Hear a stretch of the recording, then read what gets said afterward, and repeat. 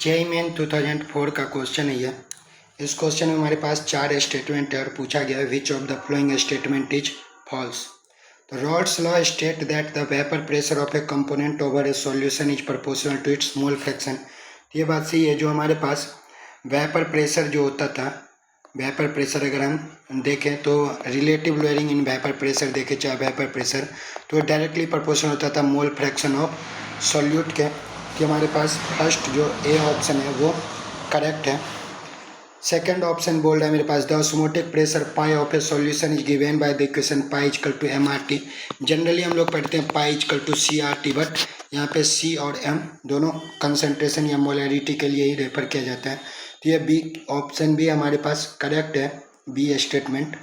The correct order of osmotic pressure of 0.01 M aqueous solution of each compound is. यहाँ पे मेरे पास 4 compound दिया हुआ है, BaCl2, KCl, CH3, COOH और सुक्रोज। और इस चारों का जो मोलैरिटी दिया हुआ है वो सेम दिया हुआ है कि 0.01 है और चारों एक को सॉल्यूशन है, तो चारों का जो सॉल्वेंट है वो भी सेम है। तो मेरे से पूछा गया कि ये ऑर्डर सही है या गलत है।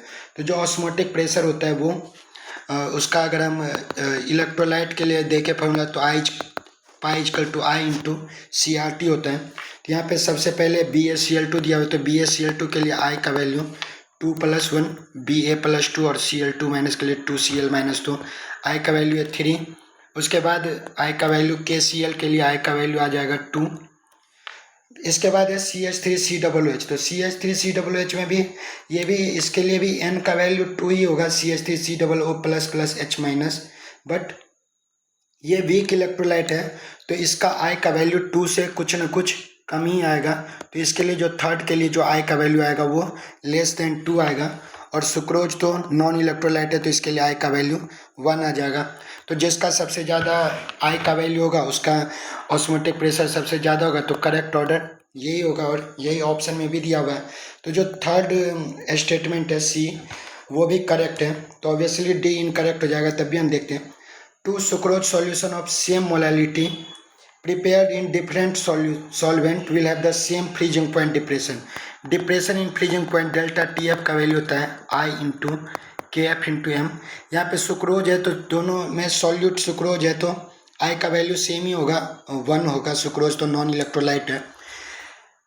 मोलालिटी का वैल्यू भी सेम दिया हुआ है। तो अगर दो डिफरेंट सॉल्वेंट है मेरे पास तो दोनों सॉल्वेंट का KF का वैल्यू अलग अलग आएगा, तो उसके लिए डिप्रेशन इन फ्रीजिंग पॉइंट का भी वैल्यू अलग अलग आएगा। लेकिन ये बोल रहा है कि दोनों के लिए सेम ही होगा डिप्रेशन इन फ्रीजिंग पॉइंट। तो ये डी ऑप्शन हमारा फॉल्स हो गया।